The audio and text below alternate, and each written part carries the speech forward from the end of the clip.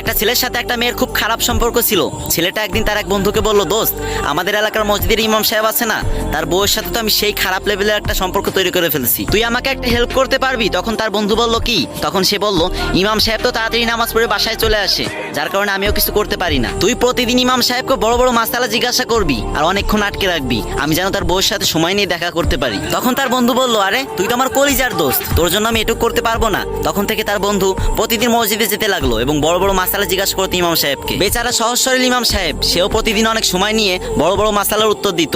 এভাবে অনেকদিন কেটে গেল। হঠাৎ করে সেই ছেলেটার মনে খারাপ লাগতে লাগলো এবং সে ভাবতে লাগলো, ইমাম সাহেব কত ভালো একটা মানুষ, তাকে এইভাবে ধোকা দেওয়াটা একদম ঠিক হচ্ছে না। তখন সে হুজুরের কাছে গেল, গিয়ে বলল, হুজুর, আপনি আমাকে মাফ করে দেন, আমি আসলে কোনো মাসালা জানার জন্য আসতাম না, আমি আসলে আমার বন্ধুর জন্য হেল্প করছিলাম। সে আর আপনার বউ দুজন দুজনকে ভালোবাসে, কিন্তু আপনি খুব তাড়াতাড়ি নামাজ পড়িয়ে বাসায় চলে যান, তো তাই তারা কিছু করতে পারে না, তাই আমি প্রতিদিন আপনাকে মাসালার অজুহাত দিয়ে অনেকক্ষণ আটকে রাখতাম। তখন ইমাম সাহেব আশ্চর্যজনিত হয়ে গেল আর বলল, আরে কি বলতেছো তুমি এসব? আরে ভাই, আমার তো বউই নাই, আমি তো এখনো বিয়েই করিনি। তখন সেই বন্ধু চিন্তায় পড়ে গেল আর সেখান থেকে চলে গেল। পরবর্তীতে সে জানতে পারলো সেই ইমাম সাহেবের নয়, বরং তার বউয়ের সাথেই প্রতিদিন দেখা করতো। কি বুঝলেন? দেখলেন তো, খারাপ কাজ